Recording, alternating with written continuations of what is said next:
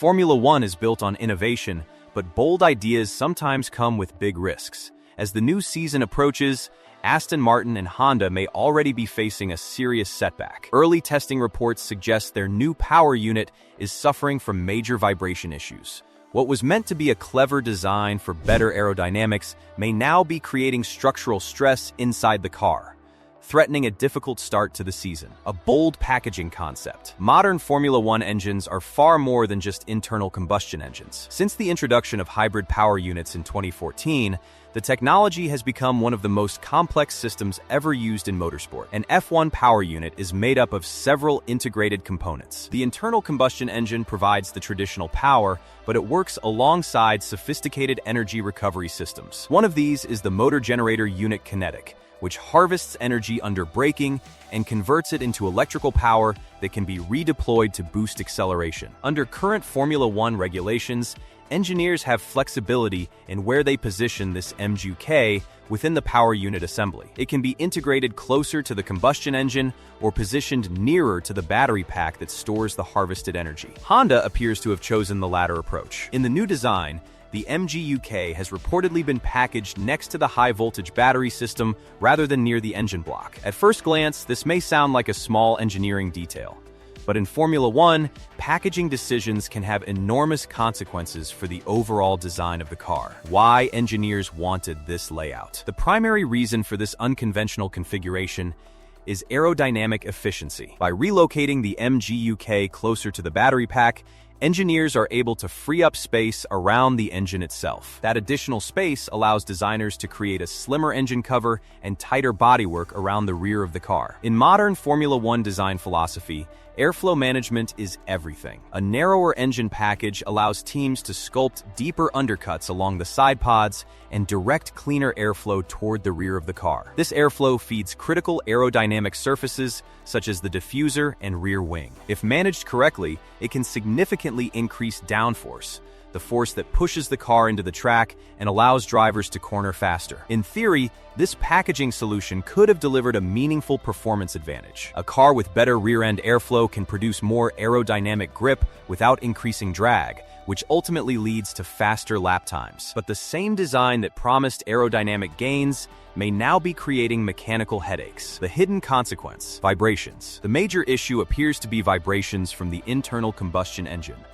Even though Formula One engines are incredibly refined pieces of engineering, they still generate intense mechanical vibrations when operating at high speeds. These engines rev to extraordinary levels and operate under enormous internal pressures. Normally, the most sensitive electrical components, particularly the high-voltage battery system, are carefully isolated from these vibrations through mounting systems and protective structures. However, placing the MGK and battery pack closer to the engine means the entire hybrid system may now be exposed to greater vibration loads. Reports suggest that vibrations from the combustion engine are being transferred into the battery assembly. Because the battery is mounted inside the car's monocoque, the central carbon fiber survival cell, those vibrations can cause the battery pack itself to move or oscillate slightly under stress. Over time, this movement can become destructive, a potentially serious failure mode. The most concerning detail emerging from early technical discussions is that the problem may go beyond simple connector damage. In many mechanical systems, vibrations might loosen electrical connections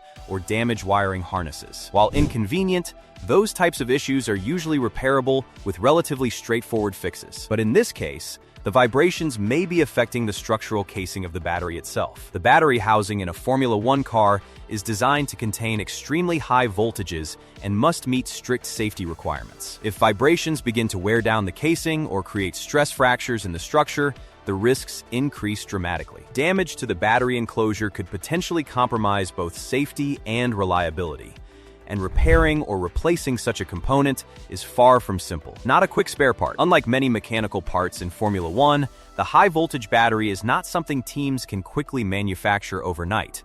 These batteries are highly specialized systems built to extremely precise specifications. They must store and release large amounts of energy safely while surviving intense heat, vibration, and electrical loads. Manufacturing a replacement battery pack involves careful assembly, extensive testing, and strict compliance with FIA safety regulations. This means the process can take weeks rather than days. If Aston Martin and Honda have indeed discovered structural issues with their battery design, they may not have enough time to produce large numbers of spare units before the season's first race. That creates a difficult situation. Limited running likely. Because of the battery concerns, the team may be forced to severely limit how much they run the car during the opening race weekend. In Formula One, every lap provides valuable data. Teams use practice sessions to gather information about tire behavior, aerodynamics, engine performance, and countless other variables. But if the battery system risks being damaged by prolonged running,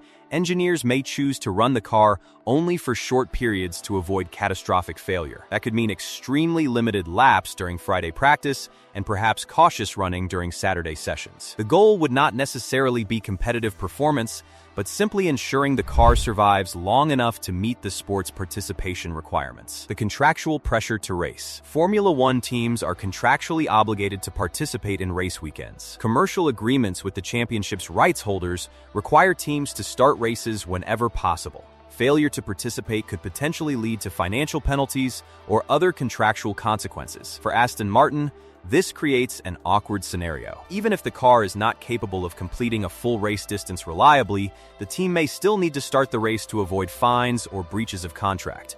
That means the car could line up on the starting grid, possibly near the back, and begin the race despite the unresolved technical concerns. A short race appearance? One possible strategy is that the team starts the race and runs for only a limited number of laps before retiring the car. If the battery system begins showing signs of stress or overheating, the safest option would be to bring the car back into the pits and end the race early. While this would technically count as participating in the event, it would also highlight the scale of the team's early season problems. For a team that has spent years building momentum and aiming to challenge the front of the grid, such a scenario would be a painful public setback, a PR nightmare waiting to happen. Formula One is not just a technical competition.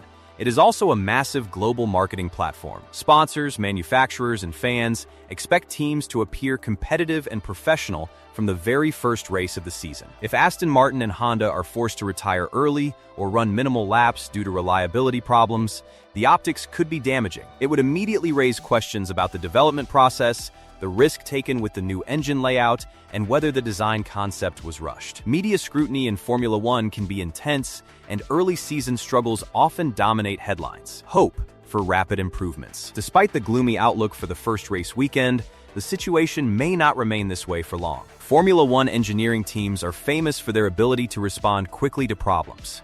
When issues arise, entire departments mobilize to redesign components, test new solutions, and implement fixes as rapidly as possible. Honda's engineers are likely already investigating ways to isolate the battery system from engine vibrations. Potential solutions could involve improved mounting structures, additional vibration dampers, or redesigned battery housings capable of absorbing the stress more effectively. If these changes can be implemented quickly, the team may begin recovering performance within the first few races of the season. The Japan race target. Some within the paddock believe that meaningful improvements may arrive around the time of the Japanese Grand Prix. This race is particularly significant for Honda, whose headquarters and fan base are located in Japan. It would be an ideal moment for the company to demonstrate that it has resolved the early reliability issues. However, engineering fixes at this level are rarely simple. Even if a solution is identified quickly, manufacturing updated components and integrating them into the car takes time. Until then, the team may have to endure several difficult race weekends. Formula One rewards bold innovation, but sometimes it brings early setbacks. The real question is whether Aston Martin and Honda can fix these issues and unlock the performance hidden in their new engine design. If you enjoyed this breakdown of F1 technology and drama, make sure to like and subscribe for more motorsport stories.